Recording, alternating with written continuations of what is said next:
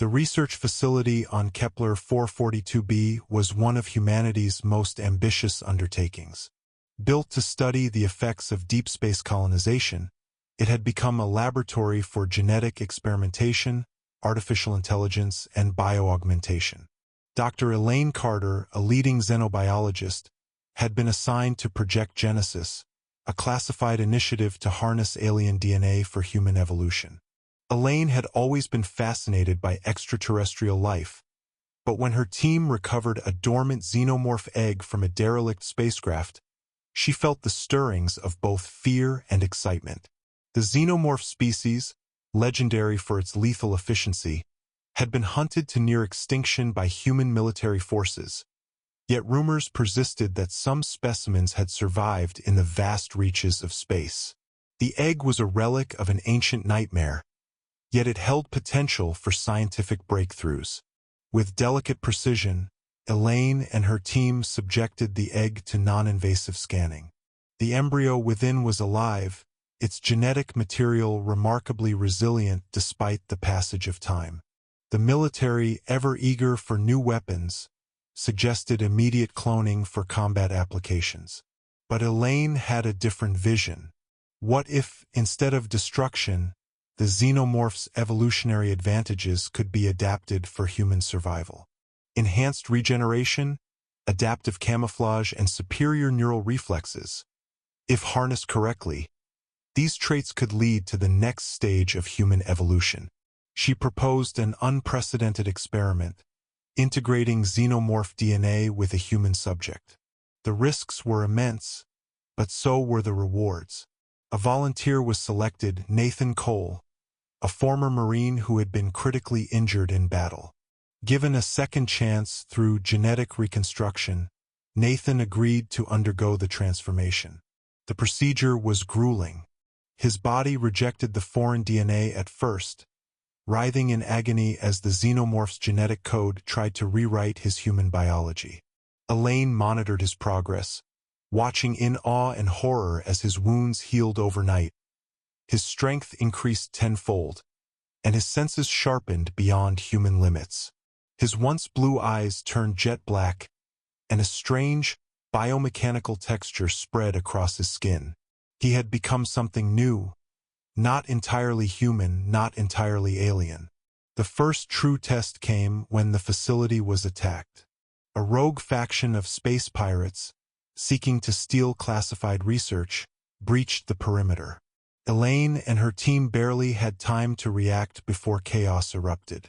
Security personnel were overwhelmed, and the pirates seized control of key systems, threatening to destroy the facility if their demands weren't met. Nathan, still grappling with his new identity, felt an overwhelming instinct surge within him. The xenomorph DNA pulsed through his veins, unlocking something primal, something lethal. He moved faster than humanly possible, evading gunfire, scaling walls like an insect, and tearing through attackers with razor-sharp claws that had grown from his fingertips. The pirates had no chance. Elaine watched, both in terror and awe, as Nathan became the perfect warrior. He was unstoppable, an avatar of destruction.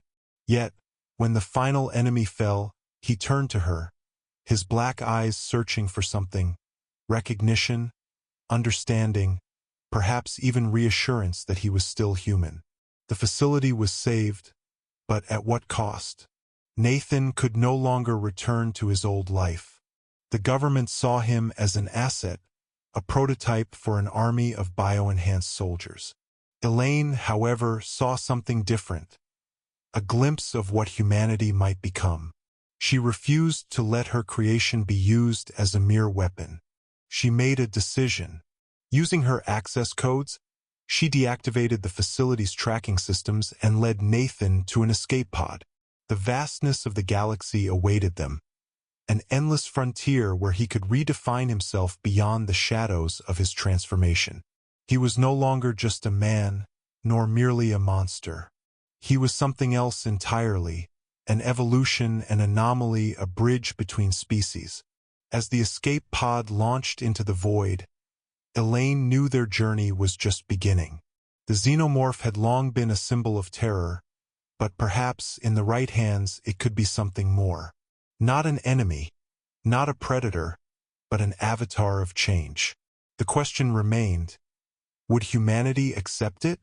Their journey led them to the outer colonies, where they sought refuge in the shadows of abandoned worlds and forgotten stations. Nathan's transformation continued, his abilities evolving in ways they hadn't anticipated.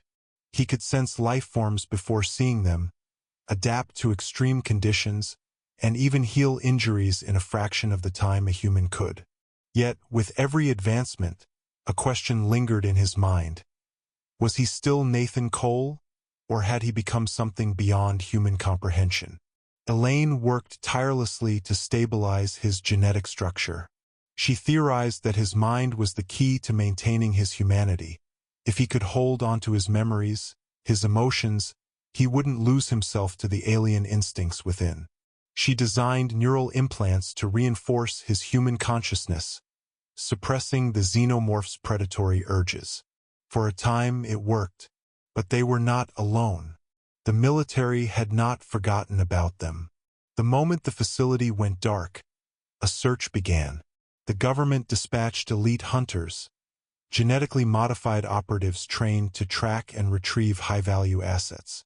Nathan was the most valuable experiment in human history, and they wouldn't let him slip away. The chase spanned light years, from asteroid belts riddled with debris to war-torn planets where civilization had crumbled.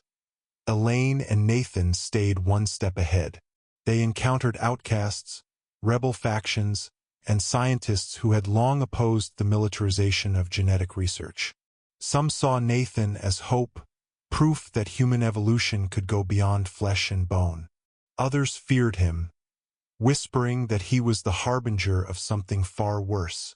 The final confrontation came on the edge of known space, in the ruins of a station that had once belonged to a forgotten alien race. The hunters found them, their weapons designed specifically to neutralize Nathan's abilities. But he had evolved beyond their expectations. He anticipated their movements, countered their attacks with inhuman precision, and disabled them without killing. He was no longer a soldier. He was something else, a being capable of great destruction yet unwilling to surrender to it. Elaine watched in awe. Nathan had become what she had always hoped. Not a weapon, but a guardian. He had chosen a path beyond violence, beyond war. The Xenomorph DNA had transformed him, but his humanity had endured. As the last of the hunters retreated, Nathan turned to Elaine. "We can't run forever." She nodded. "Then we find a new purpose, a new home." With the universe before them, they vanished into the stars, seeking a future where humanity and evolution could coexist.